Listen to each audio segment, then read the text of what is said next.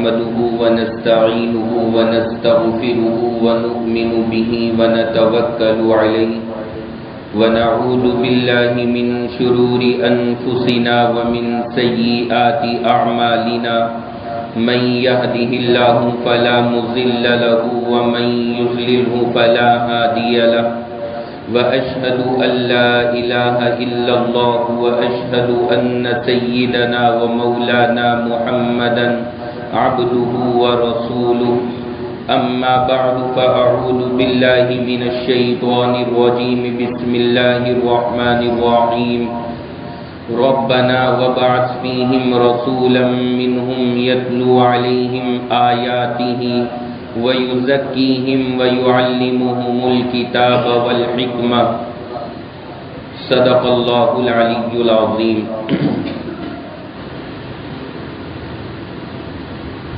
میرے محترم بزرگوں، دوستوں، اسلامی ماؤں اور بہنوں، اللہ کا لاکھ لاکھ فضل اور اللہ کا احسان ہے. آج اللہ ہمیں جو سلسلہ مبارک سلسلہ شروع کرنے کا موقع عطا فرما رہا ہے، یہ سلسلہ اپنی ذات کے اعتبار سے بڑی عظمت والا ہے اور اس کی وجہ بھی بالکل ظاہر ہے کہ دنیا کے اندر ہم اور آپ ہر ایک سے واقف ہیں. ہمارے گھرانوں کے بچے، ان سے آپ کسی کرکٹر کا نام لے لیجیے، ان کے سامنے ذرا سا نام کرکٹر کا آئے گا، اس کی پوری ہسٹری بتا کر کے رکھ دیں گے. کسی فلمی ہیرو کا نام آپ لے لیں کسی بچے کے سامنے، وہ اس کی ساری فلمیں گنوا کر کے رکھ دے گا کہ اتنی فلموں میں اس انداز میں کام کیا. لیکن عجیب المیہ ہمارے معاشرے کا یہ ہے کہ اگر کسی مسلمان بچے تو کیا بچے کے بڑوں کے سامنے حضور علیہ السلام کا ذکر کیا جائے تو شاید ہم اور آپ اپنے نبی کا تعارف نہیں کرا سکتے کہ ہمارے نبی کون تھے اور کیا تھے. اب جب یہاں پر درس کی بات آئی شروع ہونے کی تو میرے ذہن میں یہ بات آئی کہ درس قرآن یعنی قرآن کی تفسیر کا ایک سلسلہ تو ایسا ہے کہ جو شروع ہو کر کے پھر کبھی مکمل ہونے کا نمبر جلدی نہیں آتا.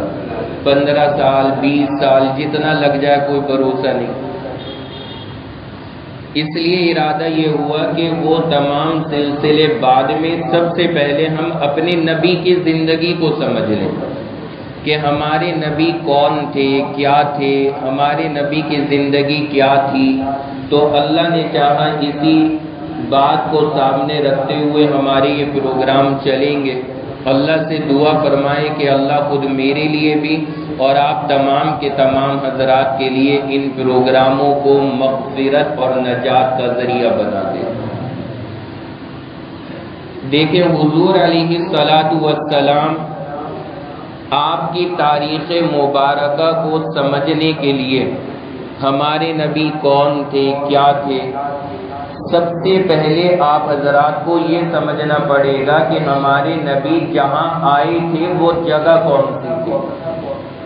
ہم سب سے پہلے حضور علیہ السلام کی اس جگہ کا تعارف کرائیں گے جہاں ہمارے نبی تشریف لے کر کے آئے تھے. آپ سب نے لفظ سنا ہوگا، ایک لفظ ہمارے یہاں استعمال ہوتا ہے عرب. یہ سب جانتے ہیں کہ اللہ کے نبی علیہ السلام جو تشریف لائے تھے وہ جس ملک میں آئے تھے اس ملک کا نام کیا تھا؟ سب لوگ بولتے رہے تو ذرا باتیں یاد ہوں گی. کیا نام بتایا؟ عرب، جس میں ہمارے نبی آئے تھے. تو عرب نام کے ملک میں آئے تھے. عرب اس کا ترجمہ کیا ہوتا ہے، اس کے میننگ کیا ہیں، اس کو ذرا سمجھ لیں.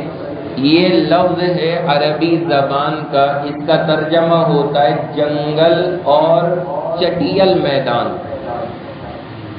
جو بالکل چٹیل میدان ہو یا وہاں پہ کوئی آبادی نہ ہو، اس علاقے کو عربی زبان میں عرب بولا جاتا ہے. اب عرب کو عرب کیوں کہا جاتا ہے؟ جو حضرات وہاں پہ گئے ہیں انہوں نے آج بھی اتنی ترقی ہونے کے بعد دیکھا ہوگا کہ جہاں پر شہر ہے وہاں تو ہے رونق، لیکن شہر سے باہر جب آپ نکلیں گے تو وہاں پہ علاوہ چٹیل میدان کے آپ کو کچھ نظر نہیں آئے گا۔ کئی سو کلومیٹر بندہ سفر کرتا چلا جاتا ہے، علاوہ چٹیل میدان کے کچھ نہیں ملتا۔ تو وہ کیفیت آج بھی ہے وہاں پر۔ جس وقت میں وہاں انسانیت کی ابتدا ہوئی تھی اس وقت تو تھی ہی، لیکن آج بھی وہاں کے علاقوں کے اندر یہ کیفیت ہے کہ چٹیل میدان ہے اور بے آب و گیا، یعنی وہاں پہ کچھ نہ سبزہ اگتا، نہ باغیچے ہوتے، نہ وہاں پہ کھیت کھلیان ملتے، یہ تمام چیزیں ختم ہیں وہاں پر۔ تو اس مناسبت سے اس جگہ کو پہلے زمانے ہی سے عرب بولا جاتا تھا، اس کی اپنی کنڈیشن کی وجہ سے، کیونکہ وہ علاقہ ہی عرب کہلانے کے قابل تھا، اس لیے اس کو عرب بولا گیا۔ اللہ نے یہ جو ملک عرب رکھا ہے یہ عجیب، اس کا واقع ہونے کی جو جگہ ہے وہ بھی عجیب ہے۔ عرب کی 3 سائیڈ میں پانی ہے، ایک سائیڈ صرف خشکی ہے، اس کو 3 طرف سے سمندر نے گھیرا ہوا ہے، صرف ایک طرف سے خشکی کا راستہ ہے۔ تو یہ ملک عرب ہے جس کو بنیادی طور پہ یہ شرف حاصل ہوا ہے کہ وہاں ہمارے نبی علیہ السلام تشریف لائے۔ جس ملک میں ہمارے نبی آئے اس ملک کے نام کی وجہ میں نے بتلا دی آپ کو کہ اس کو عرب کیوں کہا جاتا ہے، اس لیے کہ عرب کے معنی عربی زبان کے اندر کیا آتے ہیں؟ چٹیل میدان۔ کیا معنی بتائے؟ اور چونکہ وہاں سارے چٹیل میدان تھے اس لیے اس علاقے کا نام عرب پڑا۔ ایک تو بنیاد یہ ہو گئی۔ دوسرا کہاں پہ وہ واقع ہے وہ میں نے سمجھایا کہ جس جگہ یہ ملک ہے اس کے 3 سائیڈ میں اللہ نے قدرتی طور پہ پانی رکھا ہے اور صرف ایک سائیڈ میں اللہ نے وہاں خشکی رکھی، سمندر نے 3 طرف سے گھیرا ہوا ہے۔ اب چلیں آگے، یہ عرب اور خاص طور سے عرب کا شہر مکہ جہاں ہمارے نبی آئے ہیں یہ آباد کیسے ہوا، اس کی تاریخ کیا ہے؟ دیکھیں، نبیوں میں ایک نبی گزرے ہیں حضرت ابراہیم علیہ السلام۔ آپ سب نے نام سنا ہوگا حضرت ابراہیم علیہ السلام۔ حضرت ابراہیم علیہ السلام کی ایک اہلیہ ہے، ان کی بیوی ہے، ان کا نام ہے حضرت سارہ۔ کیا نام بتایا؟ حضرت سارہ۔ یہ کس کی بیوی ہے؟ حضرت ابراہیم۔ یہ بیوی ہے حضرت ابراہیم کی، حضرت سارہ۔ حضرت ابراہیم اور حضرت سارہ ایک مرتبہ سفر میں تشریف لے جا رہے ہیں۔ حضرت ابراہیم ملک شام میں رہتے تھے جہاں پہ بیت المقدس ہے، مسجد اقصی، وہ علاقہ اس زمانے میں ملک شام کہلاتا تھا۔ تو حضرت ابراہیم اسی علاقے میں رہتے تھے، وہاں سے سفر کر رہے ہیں حضرت ابراہیم، کہیں تشریف لے جا رہے ہیں، اہلیہ بھی ساتھ ہیں۔ راستے میں ایک مقام آتا ہے، وہ جگہ ایک ظالم بادشاہ کی نگرانی میں ہے۔ ادھر سے حضرت ابراہیم اور حضرت سارہ جا رہے ہیں اور راستے میں ایک جگہ آتی ہے جہاں پر ایک ظالم بادشاہ کی حکومت ہے۔ اس کا کیا نظام تھا؟ اس نے اپنے آدمی تمام روڈ پہ اور تمام گزرنے والی جگہوں پہ لگا رکھے تھے۔ کیا آرڈر دے رکھا تھا؟ اس نے یہ آرڈر دیا تھا کہ جب بھی یہاں سے کوئی مرد اور عورت گزرے تو تم یہ پوچھنا کہ یہ عورت تمہاری کیا لگتی ہے۔ اگر وہ جواب میں یہ کہیں کہ یہ عورت میری بیوی لگتی ہے تو اس کو پکڑ کر کے عورت کو میرے پاس لے آنا اور پھر وہ اس کے ساتھ زنا کرتا تھا، اس بادشاہ کا معمول۔ لیکن اگر وہ دونوں آپس میں بھائی بہن ہوں، وہ یہ کہے کہ یہ میرا بھائی ہے یہ میری بہن ہے، تو پھر وہ چھوڑ دیتا تھا، بس اس کا ایک نظام تھا۔ اب حضرت ابراہیم جا رہے ہیں اور ساتھ میں آپ کی اہلیہ محترمہ ہے حضرت سارہ، یہ دونوں جا رہے ہیں، وہیں پہنچے اسی مقام پر، ان کو بھی روک لیا گیا، پوچھا کہ کون ہے؟ تو حضرت ابراہیم کو پہلے ہی پتا تھا کہ یہاں کا معمول کیا ہے، تو حضرت ابراہیم نے حضرت سارہ سے کہا کہ اگر پوچھیں گے تو کہہ دینا بھائی ہے یہ، شوہر کو بھائی۔ اب آپ لوگ سب سن رہے ہوں گے اور آپ کے ذہن میں ایک بات آئے گی کہ بھائی آج تک ہم سے تو منع کیا جاتا ہے جھوٹ نہ بولو، جھوٹ نہ بولو، جھوٹ نہ بولو، اور یہاں پر ایک نبی کہہ رہے ہیں جھوٹا معاملہ اور اپنی بیوی سے جھوٹ بلوا رہے ہیں۔ اب اس کی کیا وضاحت ہے؟ دیکھیں حضرت ابراہیم نے اپنی اہلیہ سے یہ فرمایا کہ یہ کہہ دینا کہ یہ میرے بھائی ہیں۔ بھائی مسلمان کا بھائی ہے یا نہیں ہے؟ ہر ایمان والا ایک دوسرے کا بھائی ہے۔ اب یہ الگ معاملہ ہے کہ ہمارے آپس میں کیا رشتے وہ الگ ہے، لیکن کہنے کو تو آپس میں بھائی ہیں نا سب ایک دوسرے کے۔ اور اس موقع پر جہاں پر حقیقت بتانے میں نعوذ باللہ پھر زنا کا اندیشہ تھا، ظاہر سی بات ہے اس طرح کی تعویل کرنے کی گنجائش ہوتی۔ اس کی میں آپ کو ایک مثال دیتا ہوں۔ ہمارے حضرت شیخ الہند نور اللہ مرقدہ جس وقت میں جنگ آزادی کی تحریک چل رہی تھی، انگریزوں نے ان کی گرفتاری کا وارنٹ جاری کر دیا، ہر طرف دبش، ہر طرف چیکنگ، جگہ جگہ چیکنگ ہو رہی ہے۔ اب اللہ کا کرنا پولیس چیک کرتے کرتے جو انگریزوں کی پولیس تھی وہ اس کمرے میں پہنچ گئی جہاں حضرت شیخ الہند تھے، لیکن انہوں نے حضرت شیخ الہند کا چہرہ نہیں دیکھا تھا جو کمرے میں پہنچے۔ اب جیسے ہی حضرت شیخ الہند کے سامنے وہ پولیس والے پہنچے، انہوں نے کہا کہ محمود حسن کو دیکھا ہے تم نے؟ اچھا وہ خود ہی تھے محمود حسن جس کے بارے میں پوچھا جا رہا تھا۔ تو مفتی صاحب کے بارے میں آتا ہے جس جگہ کھڑے تھے وہاں سے ایک قدم پیچھے کو ہٹ گئے اور فرمایا ابھی یہی تھے، ایک قدم پیچھے ہٹ کے فرمایا ابھی یہی تھے۔ انہوں نے کہا یہی تھے ابھی؟ کہاں ابھی تو یہی تھے، اب دیکھ لو۔ اب بس وہ ادھر ادھر، کوئی اس کمرے میں بھاگا، کوئی اس کمرے میں بھاگا۔ اب آپ غور کریں کہ یہ جھوٹ کہلائے گا؟ نہیں، جھوٹ نہیں ہے۔ کبھی کبھی پریشانی کے موقع پہ بندے کو بات بنانی پڑ جاتی ہے، یہ جھوٹ نہیں ہے۔ اسی طرح حضرت ابراہیم علیہ السلام نے وہاں پہ فرمایا کہ یہ پوچھے گا تو بتا دینا کہ بھائی ہیں۔ انہوں نے پوچھا، یہی بتا دیا۔ لیکن اللہ نے حضرت سارہ رضی اللہ تعالی عنہا ان کو حسن بہت عطا فرمایا تھا۔ اس کے جو وہاں آدمی تھے انہوں نے کہا کہ نہیں بھائی، بھائی ہو یا بہن ہو، لیکن یہ خوبصورت بہت معلوم ہو رہی ہے، ہم انہیں پکڑ کے اپنے بادشاہ کے پاس پیش کریں۔ وہ بھی لے کر کے چلے، وہاں پہنچی، اس کو بھی بتایا، اس نے سوچا آزاد کر دیں، لیکن دل میں شیطانیت آ گئی۔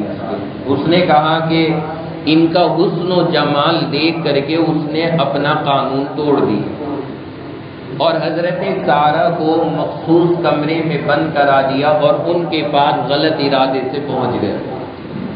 جب حضرت سارہ کو لگا کہ یہ اب غلط ارادے سے آیا ہے تو حضرت سارہ نے فوراً مصلی بچھا کے 2 رکعت نماز پڑھی اور نماز پڑھ کر اللہ سے دعا مانگی کہ یا اللہ میں نبی کی بیوی ہوں اور ساری زندگی میں نے پاک دامنی کے ساتھ میں گزاری ہے، اور اب یہ میرے ساتھ میں یہ غلط حرکت کرے گا، میری عزت اس بات کو پسند نہیں کرتی، اللہ آپ مجھے بچنے کا اسباب پیدا فرما دیجیے، میں کچھ نہیں کر سکتی، شوہر میرے کچھ نہیں کر سکتے، ہم مجبور ہیں دونوں۔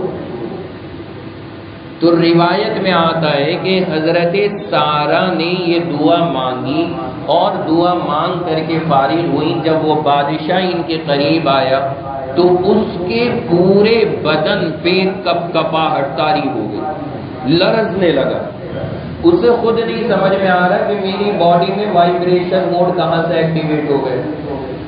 وہ خود حیران ہے کہ یہ کیا ہو رہا ہے بدن میں. ہاتھ کانپ رہے ہیں, ٹانگیں کانپ رہی ہیں, لرز رہا ہے پوری طرح سے, کپ کپاہٹ طاری ہے. اسے اندازہ ہو گیا کہ یہ کچھ الگ بندی ہے, میں نے اس کے ساتھ غلطی کا ارادہ کیا, اس کے نتیجے میں یہ ہو رہا ہے.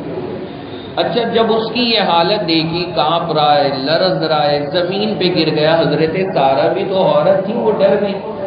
وہ سوچنے لگی اگر یہ کہیں بدماش مرا گیا میرے سر پڑے گا, یعنی اس کیفیت میں اگر اسے موت آ گئی تو یہ میرے سر پڑے گا. انہوں نے اللہ سے دعا کی کہ یا اللہ آپ اسے صحیح فرما دیجیے. ان کی دعا ہونے کی دیر تھی, اللہ نے پھر سے صحیح کر دیا اسے.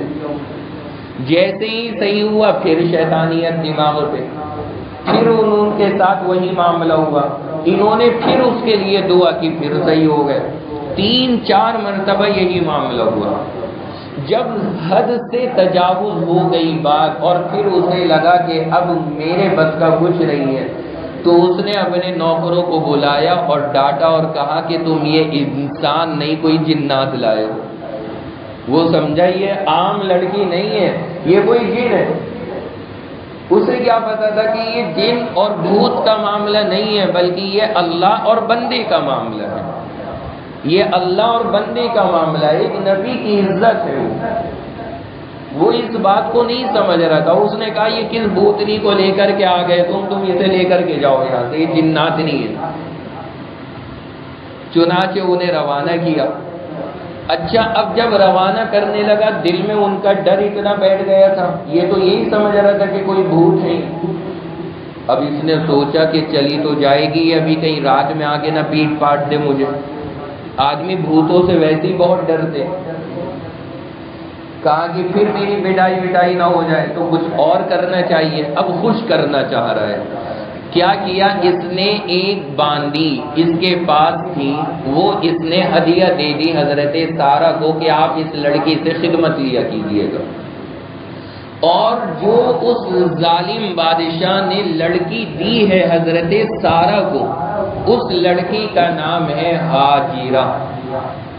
کیا نام ہے؟ ہاجرہ. نام سنا لگ رہا ہوگا. اب ساری کڑیاں ملیں گی. اب حضرت ہاجرہ کا بھی مکمل تعارف آ جائے گا. یہ بنیاد آپ کو ملی ہے کہ حضرت ہاجرہ حضرت ابراہیم کے گھر کیسے پہنچے.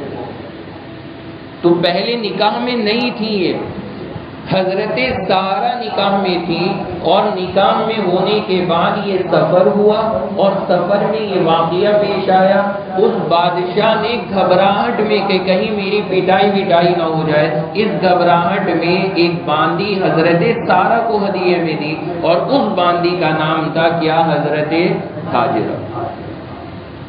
یہ ہیں حضرت ہاجرہ. اب یہ لوگ اپنے گھر کو واپس آ گئے, رہنا شروع کر دیا. اس کے بعد حضرت سارہ نے وہ باندی حضرت ابراہیم کو دے دی, اور حضرت ابراہیم نے ان سے نکاح فرما لیا. اب وہ نکاح میں آ گئی. اب یہ دوسری بیوی بن گئی کس کی؟ حضرت ابراہیم کی. اب نام یاد رکھیے گا, پہلی بیوی کا نام حضرت ابراہیم کی کیا ہوا؟ حضرت سارہ. اور دوسری بیوی کا نام کیا ہوا؟ ہاجرہ. یہ 2 بیویاں حضرت ابراہیم کے پاس میں ہو گئی. اس کے بعد دونوں نے رہنا شروع کر دیا.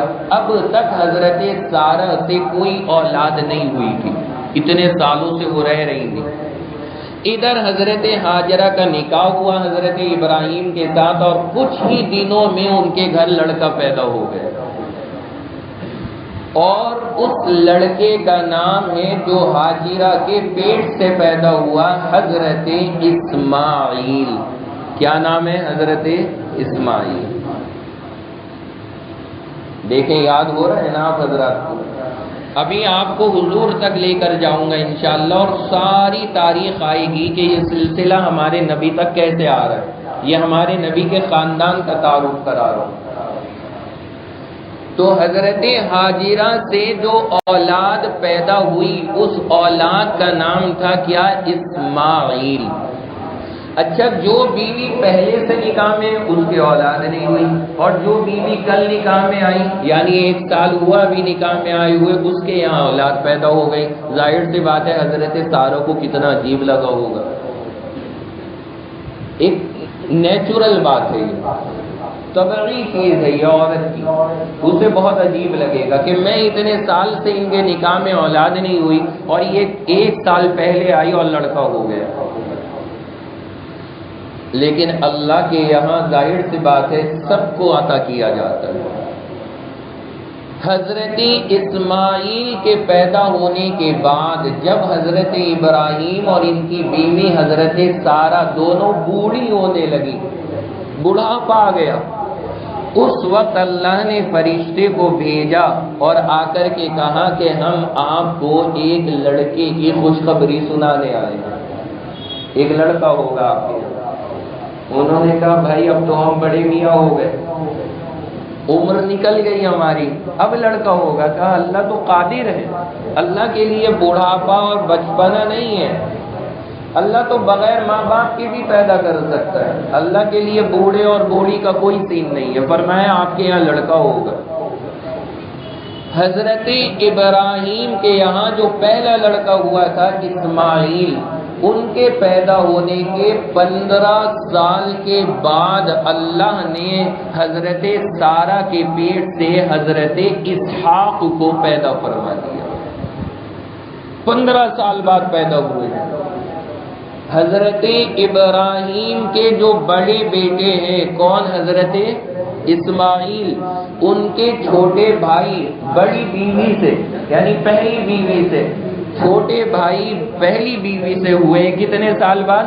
15 سال بعد، یعنی بڑے بھائی میں اور چھوٹے بھائی میں 15 سال کا 15 ایئرز پورے اس کا فاصلہ تھا۔ بہرحال اللہ نے اولاد عطا فرما دی۔ اب 2 بیویاں 2 بچے۔ پہلی بیوی کا نام، آپ بولتے رہیے ذرا، اب بیٹری چارج رکھنی ہے آپ کو، اب تو یہ سلسلہ شروع ہوا ہے، ابھی تو یہ ابتدائی عشق ہے، آگے تو ابھی بہت کہانیاں باقی ہیں انشاءاللہ۔ یہ حضور علیہ السلام کی مبارک زندگی شروع ہوئی ہے تو دیکھیں یاد کرنے میں بھی مزہ آئے گا، حضور سے محبت بڑھے گی جتنا جتنا ہمیں نبی کے بارے میں پتہ لگے گا، تو یاد کرتے چلیں۔ حضرت سارہ پہلی بیوی ہے۔ دوسری بیوی کا نام، حضرت سارہ سے جو اولاد ہوئی اس کا نام، سارہ سے جو ہوئی اسحاق، اور حضرت ہاجرہ سے جو ہوئی اسماعیل۔ پہلے اسماعیل ہوئے یا اسحاق ہوئے؟ اسماعیل پہلے ہوئے، اسحاق بعد میں ہوئے۔ اور حضرت اسحاق اور حضرت اسماعیل دونوں کے بیچ میں گیپ کتنے سال کا؟ 15 سال کا۔ ایک ہمارا معاملہ یہ مکمل ہو گیا۔ آپ کو میں اب ایک اور حیرت کی بات بتاؤں، یاد رکھنا کہ یہ دیکھیں حضرت ابراہیم خود نبی ہیں، اللہ نے 2 بیٹے دیے، اللہ نے دونوں کو نبی بنا دیے۔ اللہ جب کسی کو نوازنے پہ آئے اللہ ایسے نوازتا ہے۔ باپ بھی نبی ہے، گھر میں 2 بیٹے ہیں وہ دونوں نبی ہیں، حضرت ابراہیم نبی، اسحاق نبی، اسماعیل نبی، سارے نبی۔ اور اتنا ہی نہیں، آپ کو حیرت ہوگی کہ یہ جو حضرت ابراہیم کے بیٹے ہیں حضرت اسحاق، چھوٹے والے بیٹے، حضرت ابراہیم سے لے کر کے حضور تک جتنے نبی آئے ہیں سارے کے سارے نبی حضرت ابراہیم کی اولاد میں ہوئے۔ ان کی اولاد سے ہٹ کے اللہ نے ایک بھی نبی نہیں بھیجا دنیا میں۔ کئی ہزار نبی ان کی اولاد میں آئے ہیں، کئی ہزار نبی۔ حضرت ابراہیم تک تو چلتا رہا معاملہ نبیوں کا، لیکن حضرت ابراہیم کے بعد کوئی نبی ان کی اولاد سے ہٹ کے نہیں آیا، سارے نبی ان کی اولاد میں۔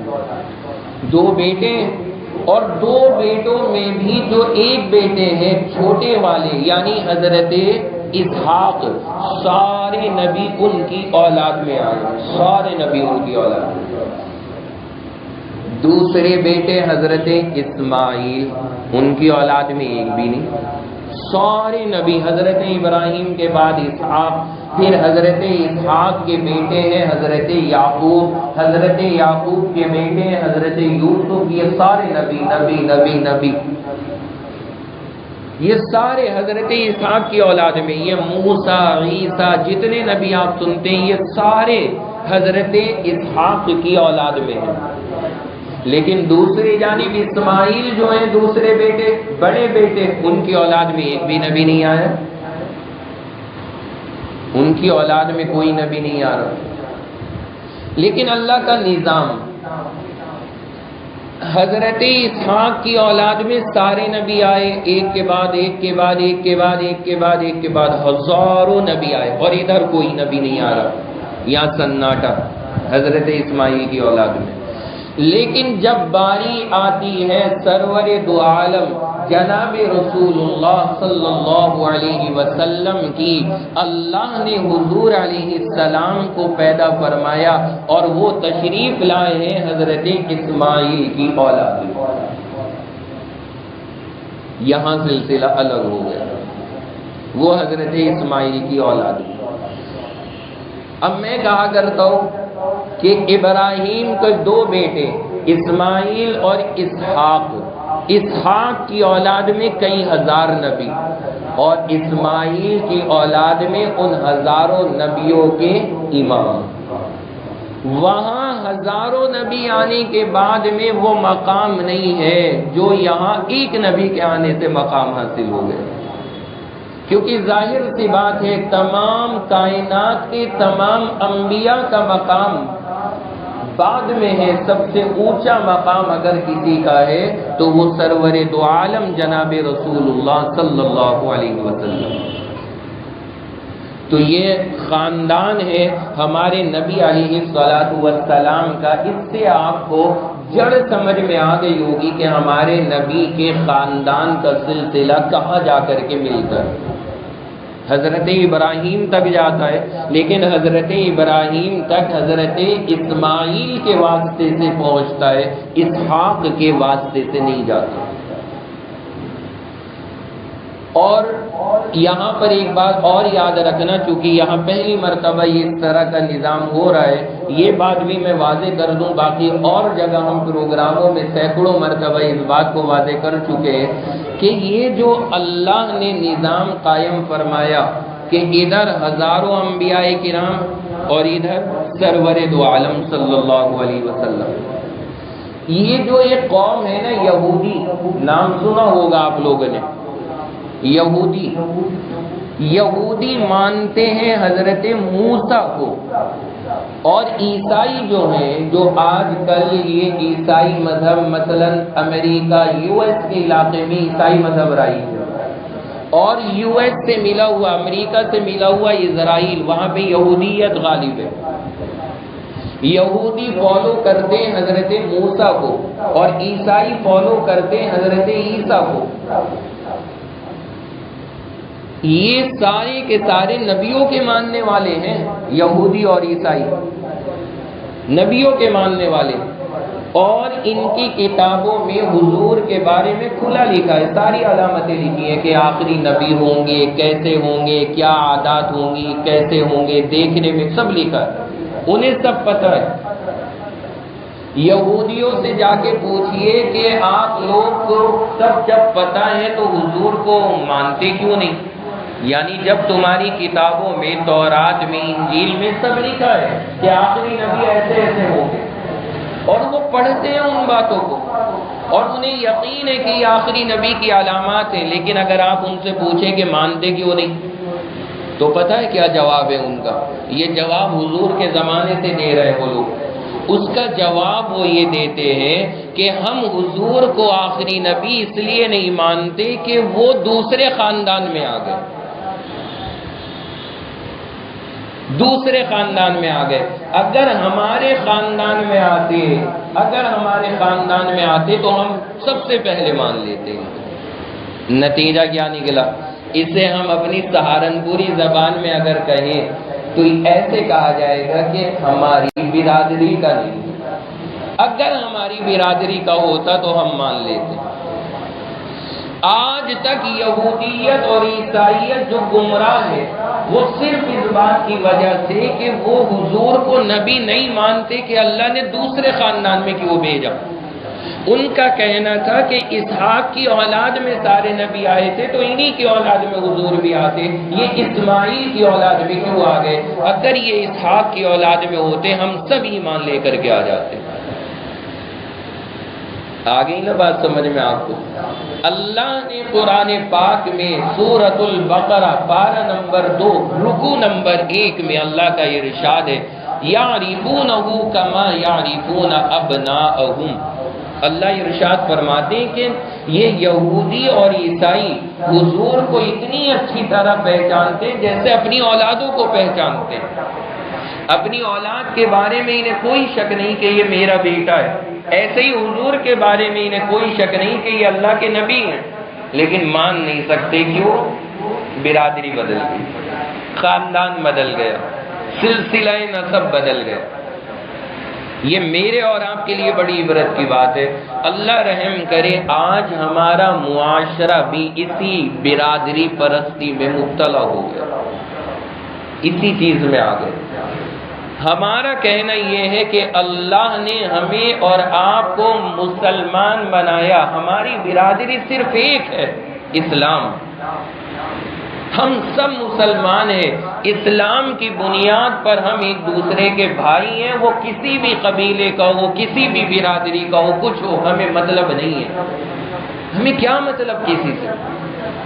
لیکن اللہ معاف کرے آج ہماری مسجدیں برادریوں پہ تقسیم ہو گئی، مسجدوں کے نام برادریوں پہ رکھے جانے لگے، قبرستان ہمارے برادری پوچھ کے مردوں کو دفن کرنے لگے۔ حالات اتنے خراب ہمارے اور آپ کے نعوذ باللہ ہو گئے۔ یہ امت صرف کلمہ کے اوپر ایک دوسرے کی بھائی قرار دی گئی تھی، یہ برادری پرستی کے لیے نہیں پیدا کی گئی تھی۔ اس چیز کو ختم کرنا چاہیے، اس کو ذہن سے الگ کرنا چاہیے۔ ہم ہر ایک مسلمان سے محبت کریں، کیوں کریں؟ اس لیے کہ وہ کلمہ پڑھتا ہے، ہمارا بھائی ہے۔ آگے ہمیں نہیں پتا وہ کیا ہے، آگے کی بات ہی نہیں کرنی۔ یہ تو ذات برادری اللہ نے صرف اس لیے بنائی تھی تاکہ پہچان ہو جائے کہ بھائی یہ آدمی کون ہے، کیا ہے۔ قرآن میں ہے وَجَعَلْنَاكُمْ شُعُوبًا وَقَبَائِلَ لِتَعَارَفُوا، قرآن میں اللہ فرما رہے کہ ہم نے تمہیں برادریوں میں بانٹا۔ کیوں بانٹا؟ مان لیجیے عبداللہ نام ہے، اب عبداللہ نام ایک محلے میں 10 کا ہوگا۔ اب کوئی پوچھے گا عبداللہ کا کل نکاح ہے، اب آدمی کو شک ہوگا کہ پتہ نہیں کون سے عبداللہ کا، اس کا، اس کا، یہ وہ۔ اس موقع کے لیے شریعت نے کہا کہ چلو اب اس کا تعارف کرانے کے لیے برادری کا نام لگا دو کہ بھائی وہ جو خاندان سے تعلق رکھتا ہے، بس اس لیے برادریاں لگائی گئی۔ اور آج ہمارے اور آپ کا حال کیا ہو گیا وہ میرے سے زیادہ آپ جانتے ہیں۔ بہرحال میں عرض یہ کر رہا ہوں آپ کے سامنے کہ یہ سارے انبیاء کرام حضرت ابراہیم کی اولاد میں آئے ہیں، لیکن حضرت اسحاق کی اولاد میں آئے، اسماعیل کی اولاد میں نہیں۔ لیکن ہمارے نبی کس کی اولاد میں؟ حضرت اسماعیل کی اولاد میں تشریف لائے، ساری نبیوں کا سلسلہ۔ اس کے بعد بہرحال حضرت ابراہیم کے گھر میں اللہ نے 2 بیوی 2 بیٹے دونوں عطا فرما دیے۔ فارسی کا ایک شعر ہے مقرباں را بیش بود حیرانی، اس کا مطلب یہ ہے کہ جو اللہ کا جتنا محبوب ہوگا اللہ اسے اتنا آزمائیں گے۔ آزمائش بہت ہوتی ہے اللہ کے محبوب بندوں کی، بہت سخت امتحانات سے آزمایا جاتا ہے۔ حضرت ابراہیم کو اللہ نے 2 بیٹے دے دیے 2 بیویوں سے، اور ایک تو بالکل بڑھاپے میں ملا ہے جا کر کے، اور کتنی خوشی ہوتی ہوگی بڑھاپے کے اندر 2 بچوں کو دیکھ کر کے۔ لیکن امتحان اللہ نے فرمایا ابراہیم ابھی کہاں، ابھی تو اگلا آرڈر ملتا ہے کہ ابراہیم یہ جو تمہارا بچہ ہے اسماعیل، اسے لو اور اس کی ماں کو لو اور دونوں کو جنگل میں ڈال کے آ جاؤ جہاں نہ انسان ہو نہ کھانے کے لیے ایک دانہ ہو۔ دونوں کو جنگل میں چھوڑ کے آؤ۔ حضرت ابراہیم کو آرڈر ملتا ہے۔ اب ذرا اندازہ لگائیں، اگر میں اور آپ ہوں اور کہہ دیا جائے تو ہم کیا کہیں گے؟ جی میری بیوی کا کیا ہوگا، میرے بچوں کا کیا ہوگا، اس کا کیا ہوگا، اس کا کیا ہوگا۔ لیکن جب جماعت والے تشکیل کرتے، بندہ کیسے بہانے بناتا ہے، جماعت میں نہیں جا سکتے، کیوں نہیں جا سکتے؟ اس کا کیا ہوگا، اس کا کیا ہوگا، یہ کیا کرے گا، وہ کہاں سے کھائے گا، دنیا بھر کے بہانے۔ لیکن نبیوں کی یہ شان نہیں۔ اللہ نے کہا کہ چلے جاؤ اور چھوڑ کر کے آ جاؤ، آرڈر ملتے ہی لے کے روانہ ہو گئے، لے کر کے روانہ ہو گئے، چلتے گئے، جہاں جانے کے بعد میں ایسا ریتیلا میدان، چٹیا، نہ کہیں درخت ہے، نہ گھاس ہے، نہ پانی کی ایک بوند ہے، نہ کھجور کا کوئی ایسا پتہ ہے۔ وہاں لے جا کر کے ان دونوں کو روک دیا، اور روکنے کے بعد کہا تم دونوں یہیں پہ رکو، میں واپس جا رہا ہوں۔ ہاجرہ بولی کہ ہمیں کہاں چھوڑ کے جا رہے ہیں، ہمیں یہاں کیوں چھوڑ کے جا رہے ہیں؟ حضرت ابراہیم نے کہا کہ بس یہی چھوڑنا تھا تمہیں۔ انہوں نے پیچھے سے دامن پکڑ لیا، عجیب بتائیے تو صحیح، اللہ نے کہا ہے کیا یہاں چھوڑنے کے لیے؟ حضرت ہاجرہ کا بھی ایمان دیکھیے، اللہ ویسے ہی چھوڑے آخری نبی کو اس عورت کی اولاد میں پیدا فرما رہے، کوئی تو خاصیت ہوگی۔ حضرت ہاجرہ نے فرمایا کہ کیا اللہ نے کہا ہے یہاں چھوڑنے کا؟ حضرت ابراہیم نے فرمایا ہاں اللہ کا آرڈر ہے۔ فوراً چھوڑ دیا ابراہیم کا دامن، کہا جائیے آپ، اگر اللہ نے کہا ہے تو اللہ ہماری حفاظت خود کرے گا، اب ہمیں آپ کی ضرورت نہیں ہے۔ فرمایا میں فکر جب کرتی جب آپ چھوڑ کر کے جاتے، لیکن اب تو اللہ کے کہنے سے چھوڑ کے جا رہے ہیں، میرے لیے کوئی ٹینشن کی بات نہیں، اب شوق سے جائیے۔ کیسی خاتون ہے وہ، اللہ اکبر۔ اب تو مرد اگر ہمت کر کے جماعت میں نام لکھوا بھی لے، گھر جا کے بتاتا ہے کہ آج میں نے نام لکھوا لیا، میں چلے میں جا رہا ہوں، بس دیکھو عورت کے ڈرامے۔ پھر ہمارا کیا ہوگا، کھانے پینے کا ہے نہیں، بھوکے بچے مر رہے ہیں، یہ ہو رہا، اتنی لمبی لسٹ گنوائے گی کہ آدمی کہے گا یار میں نے غلطی کر دی، ابھی نام کٹوا کے آؤں گا، اصل میں وصولی ابھی بھی واپس لوں گا۔ اتنے مسئلے کریٹ کر دیتی ہیں۔ ہماری بہنیں بھی سن رہی ہوں گی نیچے، ان سے بھی میں یہی کہوں گا کہ حضرت ہاجرہ کا نمونہ سامنے رکھا کریں۔ فرمایا اگر اللہ کا معاملہ ہے تو ہم تیار ہیں، اب کوئی مسئلہ نہیں ہے ہمارے لیے، اب کوئی مسئلہ نہیں، آپ جائیں، اللہ دیکھ لے گا۔ واپس فرما دیا۔ حضرت ابراہیم چھوڑ کر کے آگئے، وہ چھوٹا سا بچہ، کتنی محبت ہوتی ہے ایک باپ کو۔ آپ میں جو حضرات باپ ہوں گے چھوٹے چھوٹے بچوں کے، انہیں اندازہ ہوگا کہ ایک رات اگر آپ کی نگاہ کے سامنے آپ کی اولاد نہ ہو تو بے چینی کیا ہوتی۔ اور وہاں جنگل میں چھوڑ کر کے آ رہے ہیں حضرت ابراہیم علیہ السلام، اور آ بھی گئے واپس، اور وہ دونوں وہاں پر اکیلے۔ تھوڑا سا کھجور تھی، تھوڑا سا پانی تھا، وہ چلتا رہا، ختم ہو گیا، کتنا چلتا۔ جب وہ ختم ہو گیا، حضرت ہاجرہ بے چین ہوئے، پریشان ہیں کہ کہاں سے میں بچے کو لا کے دوں، اور وہ رگڑ رہے ایڑیاں اپنی بھوک میں اور پیاس میں، بھاگی پھر رہی ہیں ادھر سے ادھر، ادھر سے ادھر، ادھر سے ادھر، چکر کاٹ رہی ہیں۔ اللہ اکبر۔ اللہ کو اپنی بندی کی یہ ادا کتنی پسند آئی ہے، کتنی پسند آئی ہے۔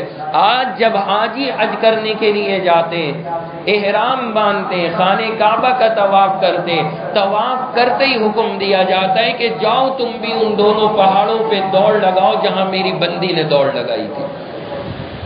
بھاگ رہے صفا مروہ کے بیچ میں، بھائی ہمارا کیا سین ہے وہاں جو ہم بھاگ رہے ہیں؟ کچھ بھی نہیں ہے، کچھ بھی نہیں۔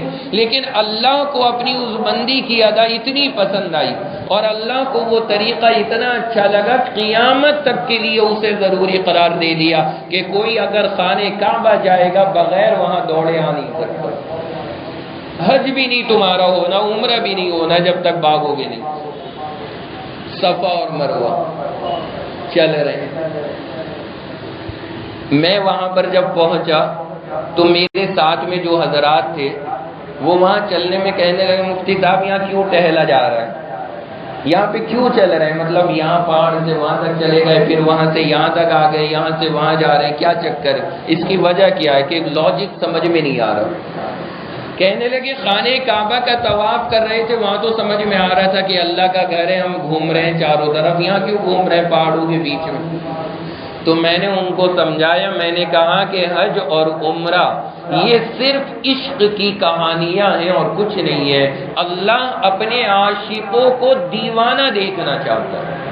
کپڑے اتار دیے، چادریں لپیٹے گھوم رہے ہیں، کروڑ پتی ہیں اپنے گھروں کے، ارب پتی ہیں، بغیر کپڑے کے چادروں میں ٹہل رہے ہیں، فقیر ملنگ بنے ہوئے کہ یا اللہ آپ کے دربار کے بھکاری ہیں۔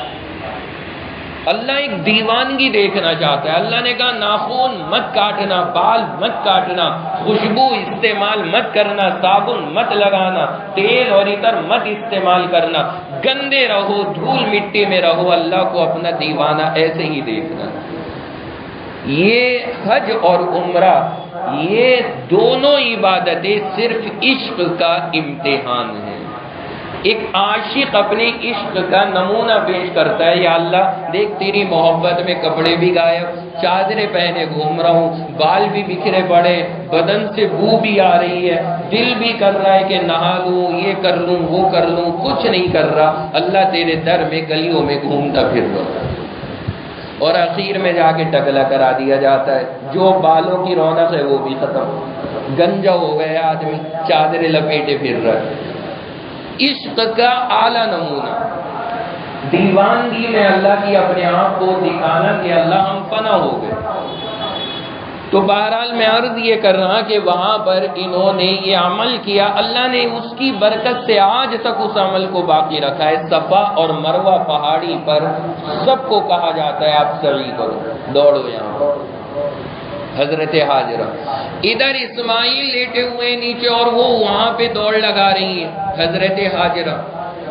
ادھر آسمان سے حضرت جبرائیل آئے اور اللہ نے کہا جبرائیل جہاں پہ یہ اسماعیل اپنے پیر زمین پہ رگڑ لیں وہیں جا کر ایک چشمہ پانی کا جاری کر دو۔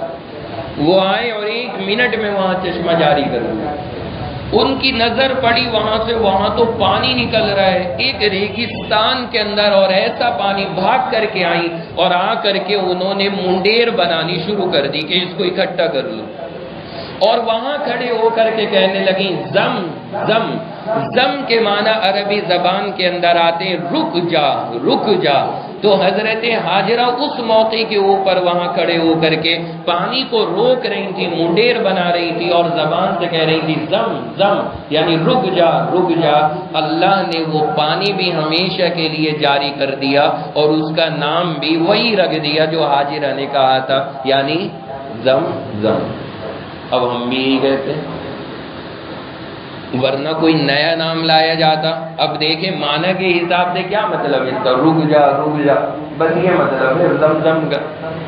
لیکن اللہ کو وہ لفظ بھی اتنے پسند آئے، فرمائے یہ لفظ چلیں گے قیامت تک، اور اس کا نام بھی زمزم۔ اللہ کے نبی ارشاد فرماتے ہیں پوری دنیا میں جتنے بھی پانی موجود ہیں، پوری دنیا کے پانی، فرمایا کہ زمزم سے افضل کوئی پانی نہیں ہے، یہ پانی تمام پانیوں پہ فضیلت رکھتا ہے۔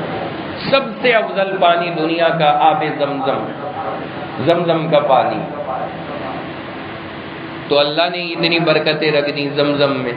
تو حضرت حاجرہ جو ہے وہاں پر یہ دوڑ رہی ہیں اور اس طرح کا معاملہ ہوا اور یہ چشمہ جاری ہوا اور اللہ نے اس چشمے کی برکت سے وہاں پانی عطا فرمایا، بس سکون مل گیا۔ اب ماں اور بیٹا دونوں رہ رہے ہیں،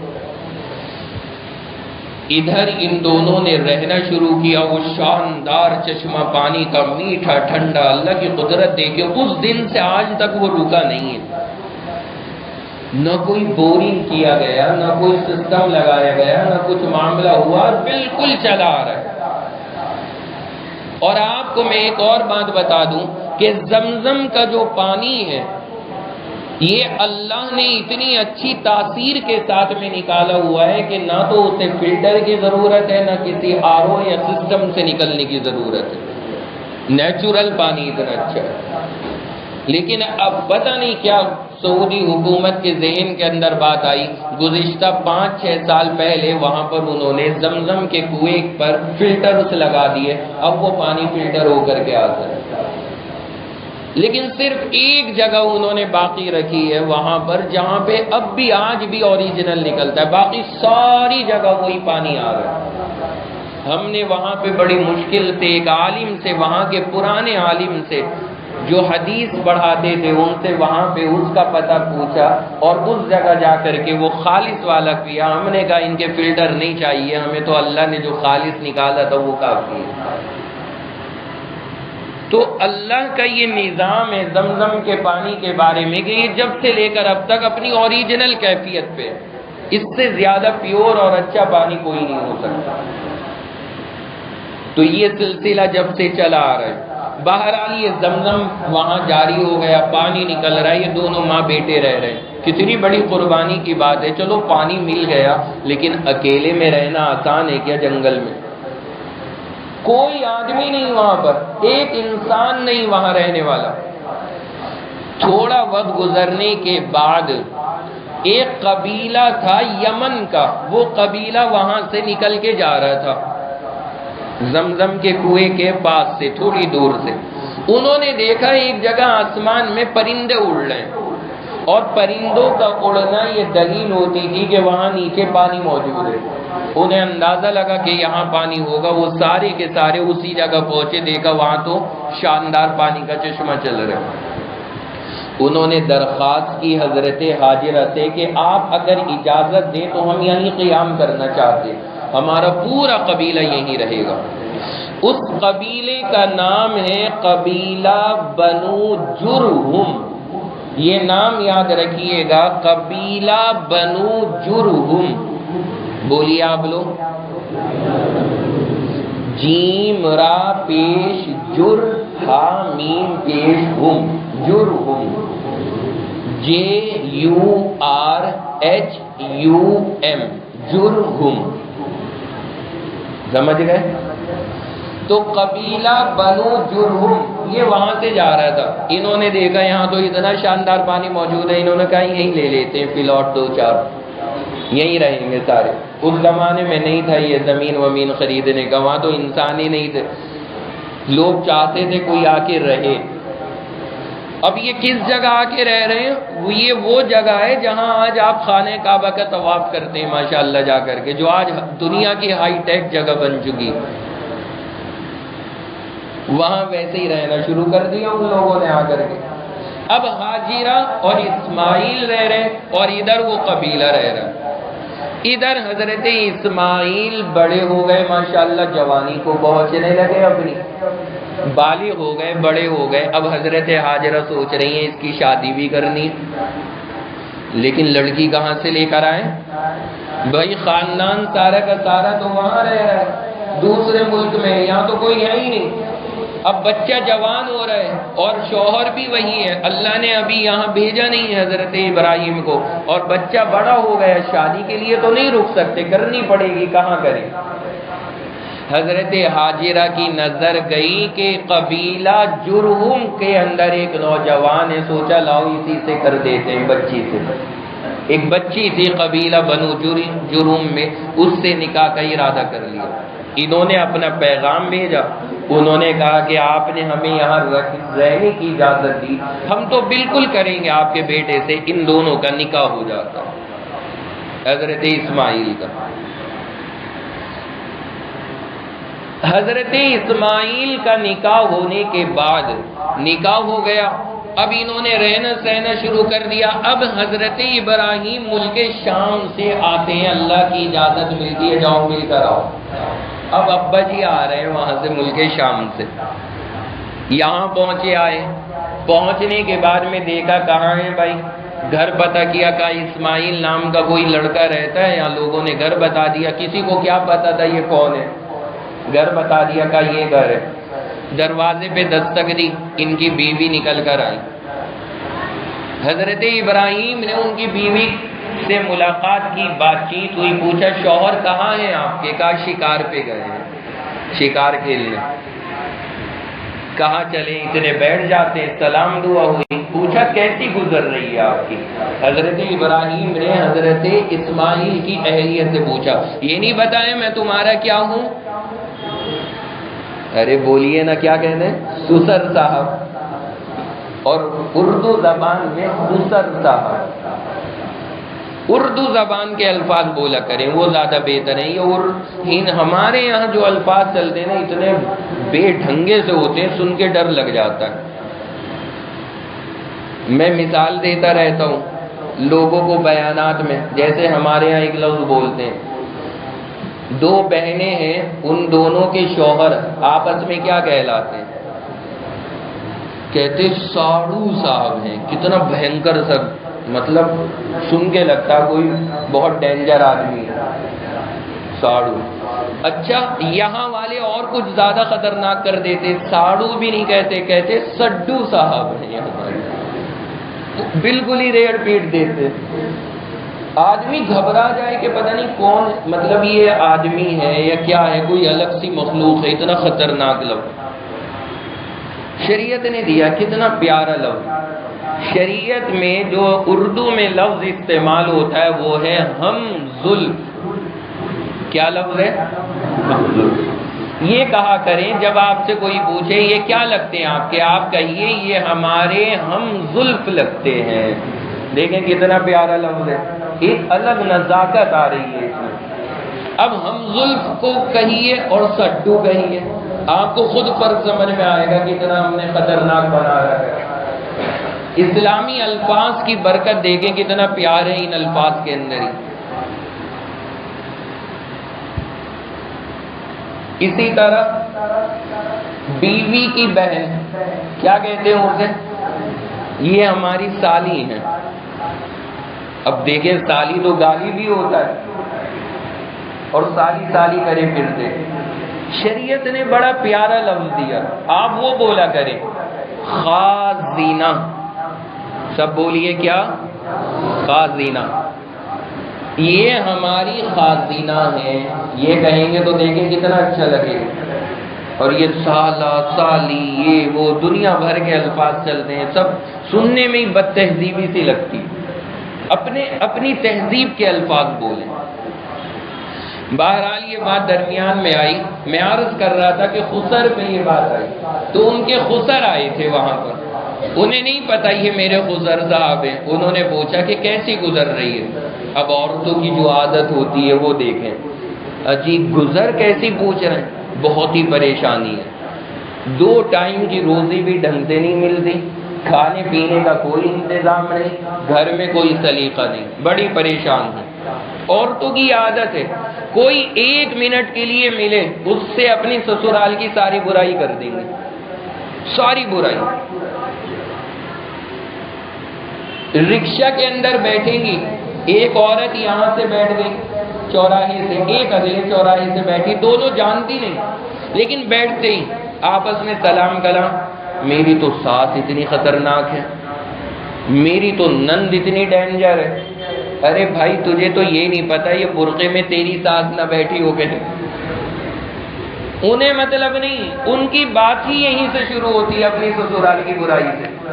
عورتوں کی عادت ہوتی ہے، اسی مزاج کی وہ عورت تھی۔ اس نے کہا کہ کچھ بھی نہیں، یہاں تو کھانے کا نہیں، پینے کا نہیں، رہنے کا سلیقہ نہیں، بس چل رہی گاڑی ایسے ہی۔ انہوں نے کہا حضرت ابراہیم نے کہ ٹھیک ہے، آپ کے جب شوہر آئیں گے انہیں سلام کہنا اور کہنا کہ اپنے دروازے کی چوکھٹ کو بدل دیں، یہ دروازے کی جو چوکھٹ ہے اسے بدل دیں۔ وہ چلے گئے کہہ کے، وہ آئے حضرت اسماعیل، پوچھا کوئی آئے تھے کیا؟ کہا ایسے ایسے آئے تھے۔ کیا کہہ کے گئے؟ کہا تھا کہ دروازے کی چوکھٹ بدل دیں۔ حضرت اسماعیل نے کہا وہ کوئی بڑے میاں نہیں، وہ میرے ابا تھے، اور جو وہ یہ کہہ کے گئے چوکھٹ بدل دے، اس کا مطلب ہے تجھے نکاح سے میں کھسکا دوں، چل نکل نکاح سے میرے۔ یعنی وہ یہ کہہ کر کے گئے ہیں کہ ایک نبی کی شان کے مناسب نہیں کہ ایسی ناشکری بیوی اس کے نکاح میں رہے۔ نبی کو تو زندگی بھر مجاہدے کرنے، یہ اگر ایسے ناشکری کرے گی تو زندگی کیسے گزرے گی؟ اس کو نکاح سے الگ کرو تاکہ یہ اپنی زندگی گزار سکے۔ طلاق دی اور نکاح سے الگ، بدل گئی چوکھٹ۔ اس کے بعد انہوں نے رہنا شروع کر دیا. کچھ وقت کے بعد اب ظاہر سی بات ہے پھر نکاح تو وہ نہیں ہے کہیں نہ کہیں. حضرت ہاجرہ پھر بیچاری نکاح رشتہ ڈھونڈنے میں لگی کہ اب صاحبزادے کا کہاں نکاح کریں. گھوم پھر کر پھر انہیں دوسرا آپشن ملا. جو قبیلہ بنو جرہم آیا تھا اس قبیلے کا سردار اسی کی بیٹی تھی، وہ تیار ہو گئے. کہنے لگے کہ آپ ہماری بیٹی سے اپنے بیٹے کا نکاح کر دیں. اب اس قبیلے کے سردار کی بیٹی سے نکاح ہو گیا. اب وہ آ گئی گھر میں، اس نے رہنا شروع کر دیا. جب انہوں نے رہنا شروع کیا ٹھیک اسی طرح حضرت ابراہیم دوبارہ آئے اور اللہ کا کرنا حضرت اسماعیل پھر نہیں تھے کرتے. گھر پہ آ کے بیٹھ گئے اور پوچھا کیا حال ہے، خیر خیریت؟ انہوں نے کہا الحمدللہ بہت بڑھیا چل رہا ہے. کہا کوئی دقت تو نہیں؟ کہا نہیں کوئی دقت نہیں ہے، اللہ کا شکر ہے، اللہ نے جس حال میں رکھا ہے اللہ کا بڑا احسان ہے. حضرت ابراہیم کھڑے ہوئے اور فرمایا کہ جب شوہر آئے سلام کہنا اور ان سے کہنا کہ اس چوکھٹ کو مضبوط پکڑ کے رکھیں، اس چوکھٹ کو مضبوط پکڑ کے رکھیں. یہ کہا اور چلے گئے. پھر اسماعیل جب واپس آئے انہیں بتایا. انہوں نے کہا وہ میرے والد تھے اور تمہیں نکاح میں رکھنے کی تاکید کر کے گئے. اس طرح انہوں نے وہاں پہ رہنا شروع کر دیا اور ان دونوں کا سلسلہ وہاں پر چلتا رہا. نکاح بھی ہو گیا، سب کچھ ہو گیا. اس کے بعد حضرت ابراہیم کو اللہ نے آرڈر دیا کہ اب آپ یہاں سے وہیں چلے جائیے، شفٹ ہو جائیے آپ بھی وہیں. کہاں پر؟ جہاں پر حضرت ہاجرہ اور حضرت اسماعیل رہتے ہیں آپ بھی وہیں چلے جائیے. اور وہاں پر جانے کے بعد وہاں پہنچیے اور میرے گھر کی تعمیر کر دیجیے، خانہ کعبہ بنائیے جا کے. حضرت ابراہیم آئے، اپنی بیوی سے ملے، بیٹے سے ملے، ماشاءاللہ سب جوان ہو گئے، بیٹے اولادیں بھی ہونے لگی. بہو سے ملے، سب سے ملاقات ہوئی اور اس کے بعد کہا کہ بیٹا اللہ نے ہمیں حکم دیا ہے کہ ہم اللہ کے گھر کی تعمیر کریں. تعمیر ہوگی اب خانہ کعبہ کی. اب تعمیر کا جو سلسلہ یہ شروع ہوا اور تعمیر کا کام شروع ہوگا. کہاں شروع کیا جائے؟ اللہ نے فرمایا کہ خانہ کعبہ حضرت آدم نے بنایا تھا جب دنیا میں آئے تھے، لیکن جب حضرت نوح کے زمانے میں آپ نے نام سنا ہوگا حضرت نوح علیہ السلام کا. حضرت نوح علیہ السلام کے زمانے میں جب طوفان آیا تھا تو سارا خانہ کعبہ ڈھہ گیا تھا، بہہ گیا تھا پانی، کچھ نہیں بچا. اب کیا پتہ لگے کہاں پہ تعمیر کرنی ہے خانہ کعبہ کی؟ اللہ نے آسمان سے حضرت جبرائیل کو بھیج دیا، کہا جا کر کے ذرا پیمائش کرا دو. آپ جب مکان تعمیر کرتے پیمائش کراتے. وہاں خانہ کعبہ کی تعمیر جب ہو رہی ہے تو بنانے والے دو شخص ہیں، نمبر 1 حضرت ابراہیم اور نمبر 2 حضرت اسماعیل، دونوں مل کے بنا رہے. اور پیمائش کے لیے اور جگہ بتانے کے لیے کون آئے ہیں؟ حضرت جبرائیل آئے. بڑے عظیم الشان فرشتے، انہوں نے آ کے نشان لگائے کہ یہاں ہے یہ اور آپ اس پہ عمارت کھڑی کر دی. وہاں پر پھر حضرت ابراہیم اور اسماعیل نے عمارت کھڑی کی اور بنانا شروع کیا ہے اس کو. اور اس کے اندر حضرت ابراہیم نے جب دیواریں اونچی ہو گئی پتھر رکھا، اس پہ کھڑے ہو کر کے بنایا. اللہ نے اس پتھر کے اندر یہ معجزہ پیدا فرمایا کہ جیسے جیسے دیوار اوپر بڑھتی تھی وہ پتھر اوپر اٹھتا جاتا تھا اور جیسے جیسے نیچے کی ضرورت ہوتی تھی وہ پتھر نیچے ہو جاتا تھا. جیسے آپ آج کل کے زمانے کے حساب سے سمجھ سکتے ہیں، جیسے فولڈنگ ہونے والی سیڑھیاں آ رہی ہیں، انہیں فولڈ کر کے آپ اتنا سا بنا لو اور کھول کے آپ اتنا بڑا کر لو. اللہ نے وہ نمونہ وہاں پتھر میں پیدا کر دیا تھا. وہ پتھر اٹھتا جا رہا ہے اور نیچے ہو رہا ہے. پوری تعمیر کرا دی اس پتھر نے. آج بھی وہ پتھر خانہ کعبہ سے بالکل سامنے، جیسے یہ خانہ کعبہ کی دیوار ہے تو اس سے سامنے والی دیوار اتنی دور پر وہ پتھر آج بھی رکھا ہوا ہے اور اس پتھر کے اوپر حضرت ابراہیم کے پیروں کے نشان بھی موجود ہیں. کھڑے ہونے کی وجہ سے پیروں کے نشان پڑ گئے تھے. اس کو آج دنیا مقام ابراہیم کے نام سے یاد کرتی ہے. حج کے اندر، عمرے کے اندر بیت اللہ کا طواف کر کے 2 رکعت نماز اسی مقام ابراہیم کے پاس پڑھی جاتی ہے. اللہ ہم سب کو بار بار پڑھنے کی وہ توفیق عطا فرمائے. مقام ابراہیم تو اس پتھر کے اوپر تعمیر کرنا شروع کیا. وہ اوپر جا رہا ہے، نیچے آ رہا ہے، اوپر جا رہا ہے، نیچے آ رہا ہے. اللہ نے یہ تاثیر پتھر کے اندر پیدا فرما دی. اس طرح سے حضرت ابراہیم نے تعمیر کر دی. اور تعمیر سے جب حضرت ابراہیم علیہ السلام فارغ ہوئے اور اس کی تعمیر مکمل ہوئی، حضرت ابراہیم نے اللہ کے سامنے ہاتھ اٹھا کر کے دعائیں مانگی ہے، کیونکہ اتنا بڑا کام اللہ کا تھا اور اللہ کا گھر اپنے ہاتھوں سے بنایا ہے، تو ظاہر سی بات ہے دعا کا دل کیا ہوگا کہ لاؤ میں دعا کر لیتا ہوں. اللہ نے ان کی دعا کو قرآن میں نقل کیا. وَإِذْ يَرْفَعُ إِبْرَاهِيمُ الْقَوَاعِدَ مِنَ الْبَيْتِ وَإِسْمَاعِيلُ رَبَّنَا تَقَبَّلْ مِنَّا إِنَّكَ أَنْتَ السَّمِيعُ الْعَلِيمُ.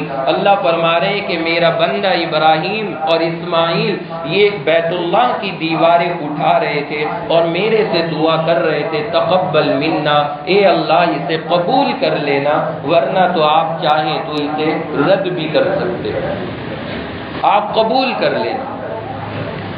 رب اجعلنی مقیم الصلاۃ ومن ذریتی، اے اللہ مجھے بھی اور میری اولاد کو بھی نماز قائم کرنے والا بنا، نماز کی پابندی کرنے والا بنانا.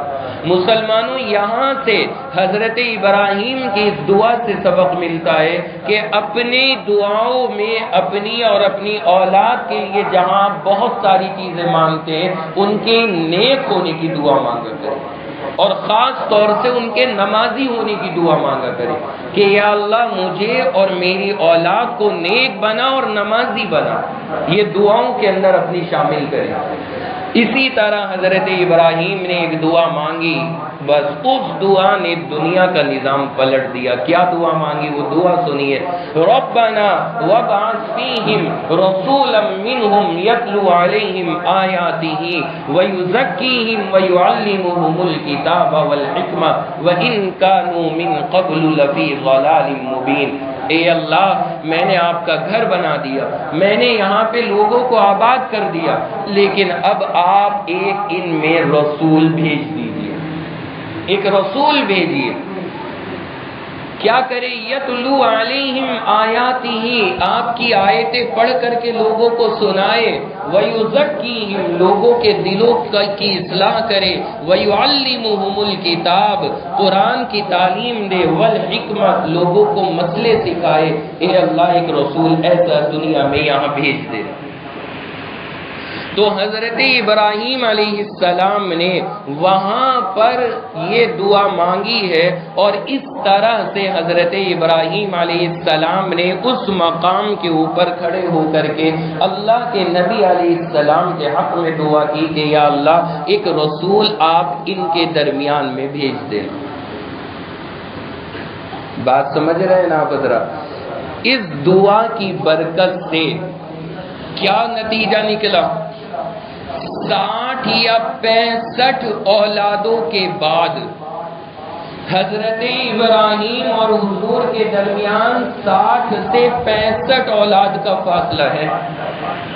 یعنی حضرت ابراہیم کی اولاد، پھر ان کی اولاد، پھر ان کی اولاد، پھر ان کی اولاد، اولاد کی اولاد، اس طرح 60-65 پیڑھیوں کے بعد اللہ تبارک و تعالی نے ان کی دعا کو قبول فرمایا، اور جس کے لیے انہوں نے دعا مانگی تھی اللہ نے وہ رسول بھیج دیا. اور اس رسول کو ہم اور آپ کہا کرتے ہیں جناب محمد عربی صلی اللہ علیہ وسلم. حضرت ابراہیم کی اس دعا کے 60 سے 65 سال کے بعد میں نبی آئے. اس سے ایک اور سبق ملا. بندہ بعض مرتبہ دعا مانگتا ہے یا اللہ یہ چاہیے اور ملتا نہیں تو کیا ہوتا ہے؟ مایوس ہو جاتا ہے. مایوس نہ ہوا کریں. کبھی کبھی اللہ 10 سال کے بعد دعا قبول فرماتے ہیں. ہم تو کیا چاہتے ہیں کہ آج عصر میں مانگا اور مغرب میں مل جائے. ہمارا ٹارگیٹ یہ ہوتا ہے. اللہ دے دیتے ہیں، اس طرح بھی دیتے ہیں اللہ، لیکن ہمیشہ اس طرح سے نہیں، کبھی اللہ جلدی دیتے ہیں، کبھی تاخیر سے دیتے ہیں، کیونکہ اللہ سب باتوں کی حکمتیں جانتے ہیں۔ اللہ کو پتہ ہے بندے کو کب کیا ضرورت ہے، اللہ اپنے حساب سے نعمتیں عطا فرماتے ہیں۔ تو یہاں اللہ نے دعا کو قبول فرمایا اور تقریباً 60 سے 65 سال کے بعد اللہ نے ایک اپنا رسول بھیج دیا، اور وہ رسول ہیں ہمارے اور آپ کے سرتاج حضور صلی اللہ علیہ وسلم۔ آ گیا نا سمجھ میں یہاں تک کا معاملہ؟ اللہ کے نبی علیہ السلام دنیا کے اندر رسول بن کر تشریف لائے، اور آپ نبی بھی ہیں اور آپ رسول بھی ہیں، اور آپ نے دنیا میں آنے کے بعد لوگوں کی ہدایت کے لیے کام کیا، اور پھر آپ نے اپنی زندگی لوگوں کی خدمت کے لیے، یعنی جو دعائیں ابراہیم نے کی تھی، لوگوں کی اصلاح کریں، آیتیں پڑھ کر کے سنائیں، لوگوں کو مسئلے بتائیں، پوری زندگی ہمارے نبی نے اس کے لیے پھر وقف فرما دی۔ نبی کی پوری زندگی اسی مشن کے اوپر چلی ہے۔ یہاں تک کا یہ ہمارا سلسلہ ہو گیا، یہاں تک آپ نے حضور علیہ السلام کا جو پیچھے سے سلسلہ ہے وہ سمجھ لیا کہ ہمارے نبی علیہ السلام کا خاندانی سلسلہ حضرت ابراہیم سے اس طرح سے چلتا ہے، اور اللہ نے حضور کے لیے جو عرب اور خاص طور سے مکہ کا انتخاب کیا، ورنہ اللہ کہیں بھی بھیج سکتا تھا، لیکن اللہ نے جو عرب کا اور مکہ کا انتخاب کیا وہ اس وجہ سے کہ اللہ کے نبی علیہ السلام کے لیے ابراہیم نے وہیں کی دعا مانگی تھی، وہی کھڑے ہو کر کے کہ اے اللہ اسی قوم میں بھیجنا، اسی لیے اللہ نے وہیں اسی ملک میں اسی شہر کے اندر اپنے آخری نبی کو بھیجا۔ جب حضور علیہ السلام سے صحابہ پوچھتے تھے یا رسول اللہ آپ اپنا تعارف کرائیے، آپ کون ہیں؟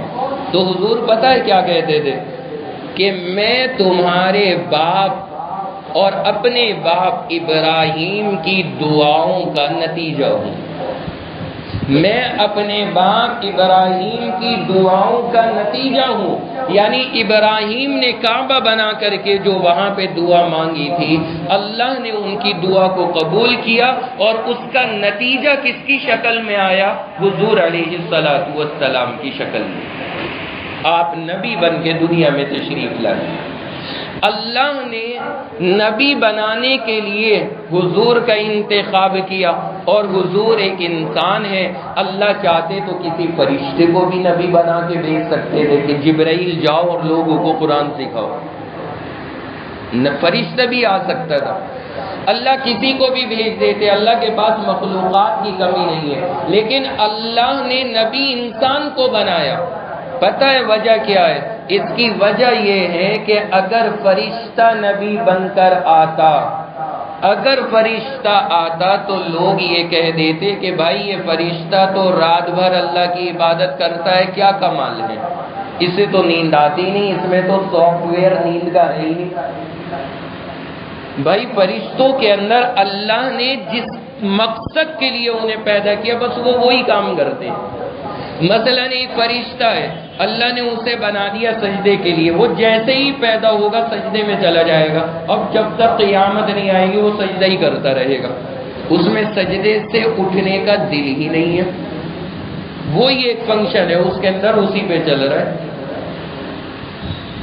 تو اگر کوئی فرشتہ آتا اور وہ ساری رات تہجد پڑھتا، اور پھر ہم آپ سے کہتے کہ دیکھو نبی ساری رات تہجد پڑھتے تھے، تو پبلک کیا کہتی؟ ارے وہ تو فرشتے تھے، ان کے تو نیند ہی نہیں آتی تھی، کیا ٹینشن کی بات ہے۔ اللہ نے انسان کو نبی بنا کر کے بھیجا جس کو نیند بھی آتی ہے، جس کے ساتھ انسانی ضروریات بھی جڑی ہوئی ہیں، جو بھوک بھی لگتی ہے، کھانا بھی کھاتے، تمام معاملات ہمارے اور آپ کی طرح کرتے ہیں، تاکہ میں اور آپ یہ بہانہ نہ بنا سکے کہ ہم ان کو فالو کیسے کریں، یہ تو الگ مخلوق ہے۔ اللہ نے کہا کوئی الگ مخلوق نہیں، یہ تم میں سے ہے، تمہاری طرح ہے، اب اگر یہ بندہ اتنے کام کر رہا ہے تو تم نہیں کر سکتے بھلا۔ تو تاکہ نبی ہمارے لیے پوری طرح سے آئیڈیل اور نمونہ بنے، اس لیے اللہ نبوت کے لیے فرشتوں کا نہیں بلکہ کس کا انتخاب کرتے ہیں؟ انسان کا۔ اب فرشتہ ہے، کوئی کہے فرشتہ کہ میں نے آج تک کسی لڑکی کو نہیں دیکھا، کوئی فرشتہ کہنے لگے کہ میں نے لڑکی نہیں دیکھی آج تک، تو آپ کیا کہیں گے؟ بھائی تیرا کیا کمال، تیرا کیا کمال؟ فرشتے نے اگر بدنگاہی نہیں کی تو کوئی کمال نہیں ہے اس میں۔ کیوں؟ اس لیے کہ اس میں خواہشات ہے ہی نہیں، اس میں دل ہی نہیں ہے بدنگاہی کا، اس کا دل ہی نہیں کرتا۔ لیکن انسان اگر یہ کہے کہ ہاں میں بدنگاہی نہیں کرتا، تو پھر اس کا مقام فرشتوں سے بھی اونچا ہو جاتا ہے، کیونکہ اس کے اندر خواہشات ہیں، اس میں جذبات ہیں، پھر بھی یہ اپنے آپ کو کنٹرول کرے گا تو اس کا مقام فرشتوں سے اونچا ہوگا۔ اللہ نے اسی لیے انسان کا مقام ملائکہ سے بھی اونچا بنایا، فرشتوں سے بھی زیادہ اونچا۔ تو یہ ہے معاملہ جو اللہ کے نبی علیہ السلام کے ساتھ پیش آیا، اور اس بنیاد پر حضور کو دنیا کے اندر نبی بنا کر کے بھیجا گیا، اور آپ علیہ السلام دنیا کے اندر تشریف لے کر کے آ گئے۔ اب آنے کے بعد کیا ہوا، کس گھر میں آئے، کیسے ولادت ہوئی، کیسے باہر تشریف لائے، آپ کا گھرانہ کیا تھا، کیسا تھا، اب یہ انشاءاللہ آئندہ ہفتے آئے گا۔ آج یہ ہماری پہلی قسط تھی، وہ اللہ کے فضل و کرم سے میں نے یہ باتیں آپ کے سامنے رکھ دی ہیں۔ انشاءاللہ یہ ہر ہفتے ہمارا پروگرام اسی طرح سے چلتا رہے گا، اور تھوڑی تھوڑی باتیں حضور علیہ السلام کی زندگی کی آپ کے سامنے آتی رہیں گی۔ یہاں تک کی باتیں بتا دی ہیں، ان باتوں کو یاد رکھیے گا، ذہن میں رکھیے گا، اور خود بھی آپس میں مذاکرہ کرنا اور دوسروں کو بھی بتاتے رہنا۔ اس کا اہتمام کریں گے تو انشاءاللہ اس کا فائدہ ہوگا، خود کو بھی اچھا لگے گا، اور دوسروں کو بتانے میں بھی آپ کو انشاءاللہ مزہ آئے گا۔ رکھیں گے نا یاد انشاءاللہ؟ اور آگے کی انشاءاللہ آئندہ ہفتے تفصیل آئے گی کہ آگے کیا کیا ہوا، کیونکہ آج ہمارا پہلا درس ہے، اسی میں اگر زیادہ وقت لگا تو آپ گھبرا جائیں گے، اس لیے یہی ہم اپنی بات کو روک رہے ہیں تاکہ ہمارے لیے باتوں کا سمجھنا آسان ہو جائے۔ اللہ سے میری دعا ہے اللہ ہم سب کو اس مبارک سلسلے سے جوڑ کر کے رکھے، اور اس کا جو آخرت میں اور دنیا میں فائدہ ہے اللہ ہم سب کو عطا فرمائے۔ جڑے رہیں گے نا انشاءاللہ؟ اب ذرا مجھے خلاصہ سنا دیجئے کیا کیا باتیں بتائی ہیں میں نے، اور یہ میں آج سے سنوں گا، اور کب تک سنوں گا؟ جب تک سیرت پوری نہیں ہو جاتی، جب تک سنتا رہوں گا۔ عرب کیا مطلب کیا بتایا؟ سب بولیے۔ چٹیل میدان، سب بولیے۔ عرب کا مطلب چٹیل میدان۔ دوسری بات بتائی، عرب کے کتنی طرف پانی ہے اور خشکی کتنی طرف؟ ایک طرف۔ اس کے بعد بتایا کہ عرب اور مکہ کی سٹارٹنگ کیسے ہوئی۔ تو حضرت ابراہیم سفر پہ جا رہے تھے، کس کے ساتھ؟ حضرت سارہ کے ساتھ۔ راستے میں ظالم بادشاہ کا واقعہ پیش آیا، اور وہاں سے اس نے ایک باندی ہدیہ کی حضرت سارہ کو، جس کا نام ہاجرہ تھا۔ ان سے نکاح کر لیا بعد میں، کس نے؟ حضرت ابراہیم نے نکاح کر لیا۔ نکاح ہونے کے بعد اللہ نے اولاد پہلے ہاجرہ کو دی یا سارہ کو؟ ہاجرہ کو۔ کون اولاد ہوئی؟ نام اسماعیل۔ اس کے بعد کس کے ہاں اولاد ہوئی؟